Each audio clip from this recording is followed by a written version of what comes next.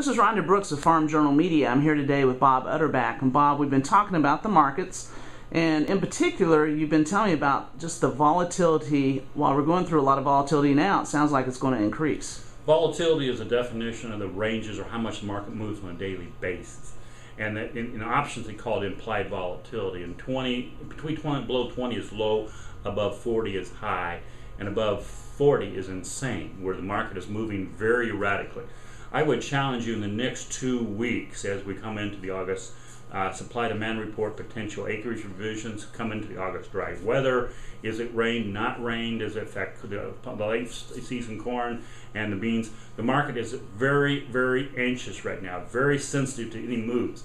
And this is a time when you could see limit moves in corn, and that volatility is translated into increase in option premium. But that volatility also creates anxiety on us as marketers. Should I be selling? Not should I be selling? And then we're usually out when we should be in. So you had to come back to why you're in the market. And I think that's really the cornerstone right now, where the market's offering us some of the best profits we've had in the last 40 years. So if you're in 175 to 200 bushel irrigation corn, or you're in, say, some of the areas have good corn like Minnesota, Michigan, parts of Iowa, Illinois, northern Indiana, you should probably be pushing your grain sales because you got the bushels. Where if you're in Indiana and Ohio, you should be more of a put philosophy because you don't know if you really are going to have the bushels. But as we come into, but also the net effect is going to be, you're going to have three signals. I think it tells you what we're all looking for. When is the top going to be seen?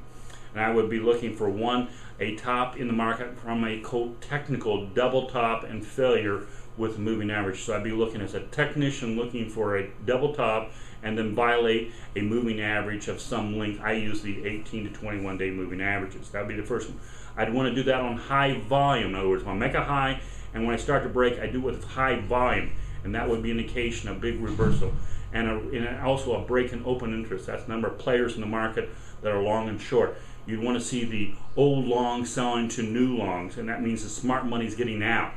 So there'll be, and then you will also see the basis. The cash market is now leading the futures, but at the top, the futures will spike and the cash will start to break. That indifference or divergence is another very strong sign that it's a speculative blow off top, but it's not a fundamental cash market supporting it. And what's the time frame on this in your mind? I think in the next 30 days, it will have this top, and then we'll cool off into harvest.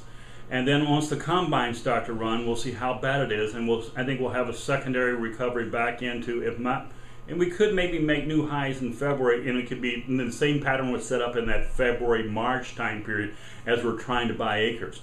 And I think the February-March highs, personally, will not take out the August highs, but that will be the final highs before we have what I would say could be a multi-year bear market starting to develop.